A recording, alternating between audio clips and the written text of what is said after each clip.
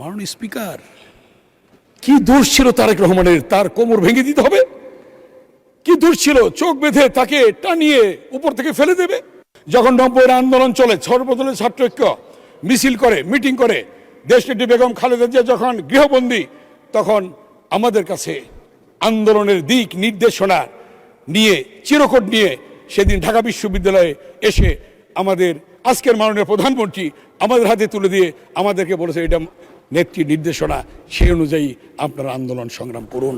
আজকের মাননীয় প্রধানমন্ত্রী শুধু আজকের প্রধানমন্ত্রী নয়, মাননীয় প্রধানমন্ত্রী শুধু আজকের বিএনপির নেতা নয়, 90 সালে স্বৈরাচার বিরোধী আন্দোলনে তার ব্যাপক ভূমিকা ছিল। স্পিকার, আপনি জানেন 90-এর আন্দোলনে যখন সর্বদলীয় ছাত্র ঐক্য আমরা গঠন করি এবং ডাকসু সহ জাতীয় প্রেস ক্লাবের সামনে একটি পেশাজীবী সংগঠনের সমাবেশ ছিল, সেই সমাবেশে আমরা যখন বক্তব্য দেই তখন লুৎফর রহমান বেনু কিছু ছবি নিয়ে আসলো, এনে আমাদের হাতে দিল যে মইনুল হোসেন বাসভবনে, মইনুল রোডের বাসভবনে আক্রমণ করেছে এরশাদের পেটোয়া বাহিনীরা। এই 90-এর আন্দোলনে আক্রমণ করে সেদিনের তারেক রহমান, আজকের মাননীয় প্রধানমন্ত্রী, তার পিঠে যেভাবে আক্রমণ করেছিল, আঘাত করেছিল, সেই কালো দাগ সম্বলিত ছবিগুলি যখন প্রেস ক্লাবের সামনে আমার বক্তব্যের মাধ্যমে তুলে ধরলাম, সেখান থেকে আন্দোলন আরও বেগবান হলো, উত্তপ্ত হলো, রাজপথে মিছিল বের হলো। মতিঝিলে আল্লাহওয়ালা বিল্ডিং সহ জাতীয় পার্টির যতগুলি ঘর বাড়ি ছিল ওখানে সবগুলির মধ্যে সেদিন ছাত্র জনতা সেদিন সেখানে ঘেরাও করেছিল। মাননীয় স্পিকার, এই কথাগুলো আমি বলছি এই জন্যে, দোষ কি জনাব তারেক রহমানের দোষ কি ছিল? যখন 90-এর আন্দোলন চলে, সর্বদলীয় ছাত্র ঐক্য মিছিল করে, মিটিং করে, দেশনেত্রী বেগম খালেদা জিয়া যখন গৃহবন্দী, তখন আমাদের কাছে আন্দোলনের দিক নির্দেশনা নিয়ে, চিরকুট নিয়ে সেদিন ঢাকা বিশ্ববিদ্যালয়ে এসে আমাদের আজকের মাননীয় প্রধানমন্ত্রী আমাদের হাতে তুলে দিয়ে আমাদেরকে বলেছে, এটা নেত্রী নির্দেশনা, সেই অনুযায়ী আপনারা আন্দোলন সংগ্রাম করুন।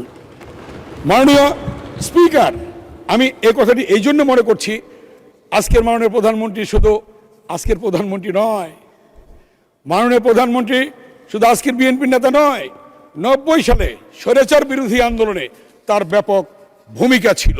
মাননীয় স্পিকার, আমি এই কথাটি এই জন্য বলছি যে সকল হয়তো জানে না এই বিষয়গুলি বাস্তবতা কতটুকু।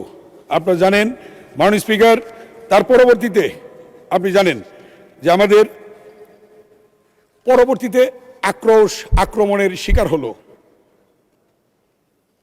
111 হলো, গ্রেফতার করা হলো, জেলে গেলাম।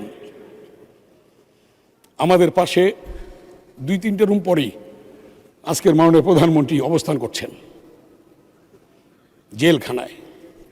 11 ছেলে নিয়ে গেলেন তাকে রিমান্ডে, গেলেন ভালো সুস্থ। ডক্টর খন্দকার মোশাররফ হোসেন স্যার সহ আমরা বিদায় দিলাম। আসার সময় আসতে পারছেন না, মানুষ ধরে উঁচু করে স্ট্রেচার দিয়ে তাকে নিয়ে আসা হলো। মাননীয় স্পিকার, কি দোষ ছিল তারেক রহমানের? তার কোমর ভেঙে দিতে হবে? কি দোষ ছিল চোখ বেঁধে তাকে টানিয়ে উপর থেকে ফেলে দেবে? মাননীয় সদস্য, আসলে আপনি ডাকসুর ভিপি ছিলেন, সাবেক ছাত্রনেতা, অনেক বলতে পারবেন, বাট সময়ের সংকীর্ণতা সংসদে আছে। তারপরে সবকিছু বিবেচনা নিয়ে আপনাকে আর 3 মিনিট দেওয়া হলো। 3 মিনিটের মধ্যে আপনার বক্তব্য শেষ করতে হবে। 3 মিনিট প্লিজ। ঠিক আছে মাননীয় স্পিকার, তার পরবর্তীতে জানেন তিনি চিকিৎসাধীন ছিলেন, বিদেশে চিকিৎসায় ছিলেন, এবং সেখান থেকে এই বাংলাদেশে এই 17 বছরের আন্দোলনে তিনি সেখান থেকে নেতৃত্ব প্রদান করেছেন, আমাদেরকে সেখান থেকে নির্দেশ দিয়েছেন। তার প্রতিধ্বনি ছিল, তার আওয়াজ ছিল যে বিনা ভোটের এমপিদেরকে সংসদ থেকে বের করতে হবে। তার আওয়াজ ছিল তার প্রতিধ্বনি আমরা করেছি যে সচিবালয় থেকে অবৈধ মন্ত্রীদেরকে বের করতে হবে। তার আওয়াজ ছিল, সেই প্রতিধ্বনি নিয়ে আমরা এগিয়ে গিয়েছি মাঠে। আমরা বলেছি অবৈধ ভোটচোর শেখ হাসিনাকে বের করতে হবে গণভবন থেকে। সেটাই কিন্তু হয়েছে। এই আন্দোলন সংগ্রাম, ইলিয়াস আলী আজকে কোথায়? ইলিয়াস আলীর সন্তানরা আজকে তার বাবার কবর জিয়ারত করতে পারবে না। কোথায় তার কবর বলেন? সবচেয়ে ক্ষতিগ্রস্ত জিয়া পরিবার, সবচেয়ে ক্ষতিগ্রস্ত বিএনপি। সুমনের কবর কোথায়? চৌধুরী আলমের কবর কোথায়? কে দেবে এর জবাব? মাননীয় স্পিকার, তাই আজকে বলতে চাই, মাননীয় প্রধানমন্ত্রী যে উদ্যমে, যেভাবে ফ্যামিলি কার্ড, কৃষক কার্ড, খাল খনন, কৃষকদের ঋণ মৌকুফ সহ বিভিন্ন বিষয়ে বাংলাদেশের যিনি প্রত্যন্ত অঞ্চলে ঘুরে বেড়াচ্ছেন, কাজ করছেন, তাকে সহযোগিতা করুন। কারণ জিয়াউর রহমান কিন্তু 79 সালে আপনাদেরকে রাজনীতি করার সুযোগ দিয়েছে। মাননীয় স্পিকার, 2001 সালে বেগম খালেদা জিয়া আপনাদের গাড়িতে পতাকা তুলে দিয়েছে। অতএব জিনিসটা বুঝতে হবে। অতএব এদেশে অবশ্য ইতিহাস আছে। একদিকে মীর জাফর, মীর মদন, মোহনলাল, আরেকদিকে মীর জাফর। আমি শুধু এই কথাটি স্মরণ করে দিতে চাই যে এমন কিছু করবেন না, এখানে একটা বলবেন, বাইরে আর একটা বলবেন, এটা হবে না। যা বলবেন এখানেই বলতে হবে। যদি বলেন মাননীয় বিরোধী দলের নেতা, এটা আমার বক্তব্য না, যেটা পার্থ সাহেব বলেছিলেন, এই বক্তব্য কার, কোত্থেকে আসলো, পত্রিকা আসলো? অতএব সেই বক্তব্যগুলি আমাদের নেতা, যেমন মাননীয় সংসদ নেতা এবং মাননীয় প্রধানমন্ত্রী আমাদেরকে বলেন, সকলে ধৈর্য সহকারে সুশৃঙ্খলভাবে আপনারা বক্তব্য দেবেন, কথা বলবেন। ঠিক আপনাদেরও মাননীয় বিরোধী দলের নেতা, আপনাদেরও সেই সব নেতাদেরকে বলা উচিত যে বক্তব্যগুলি সেভাবে দেওয়া উচিত।